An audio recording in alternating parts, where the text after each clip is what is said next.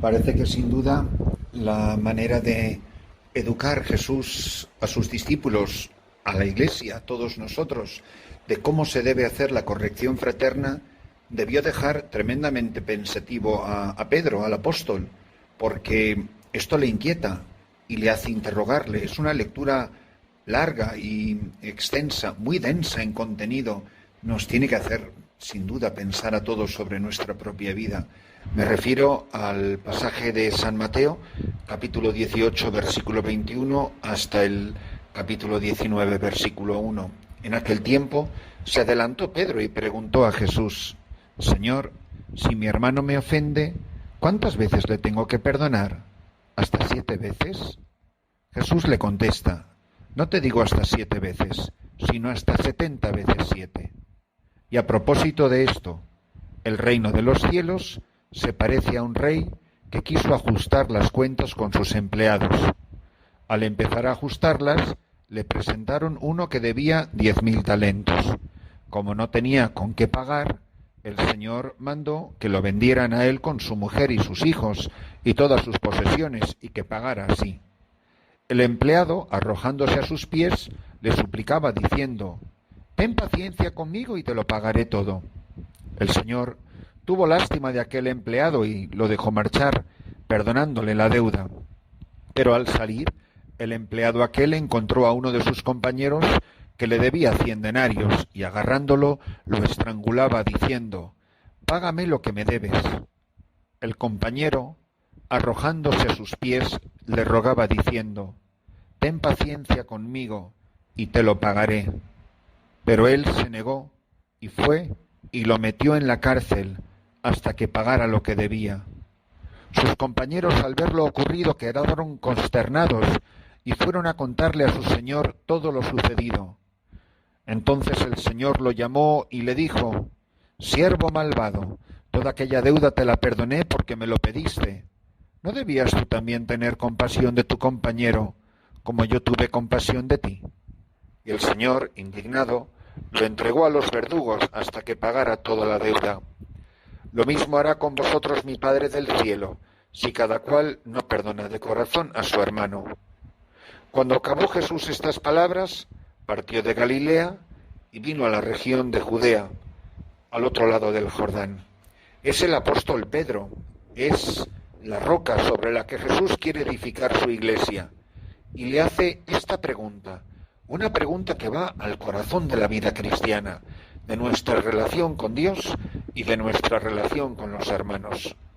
Él no le pregunta, Pedro no le pregunta a Jesús por la relación de perdón y misericordia, de arrepentimiento entre Dios y el hombre, sino entre hermanos, en la relación horizontal que se da entre hermanos.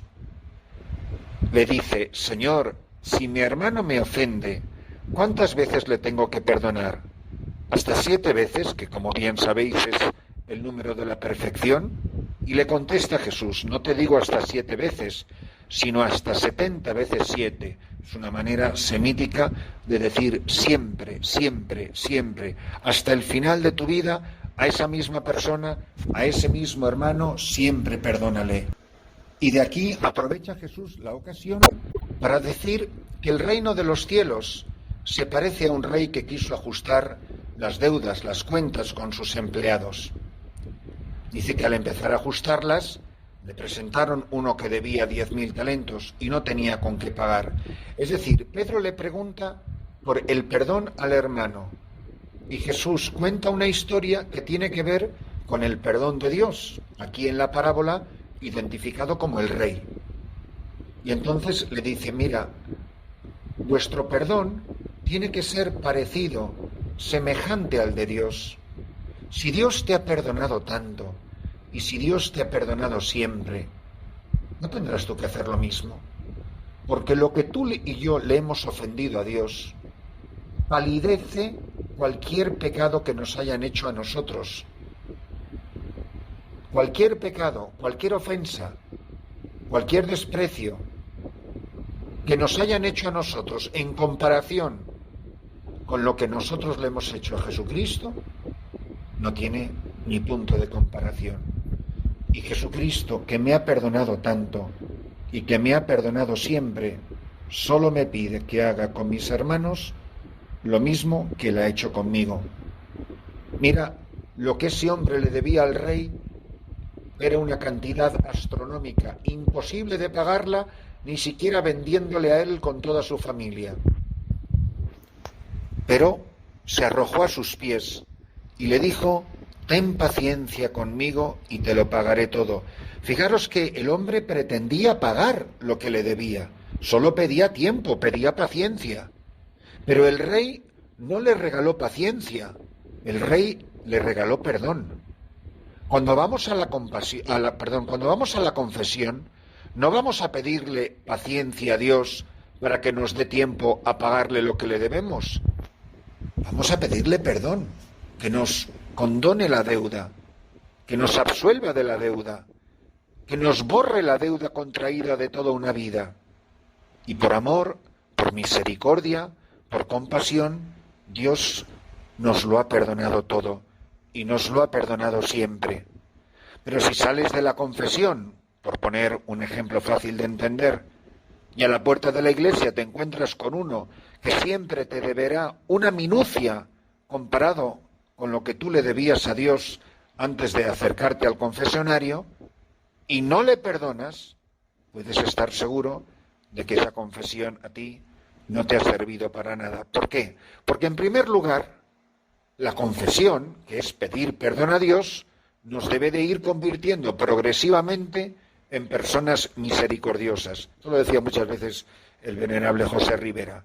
¿Cuáles son uno de los síntomas más claros de que uno cree de verdad en la eficacia de la confesión?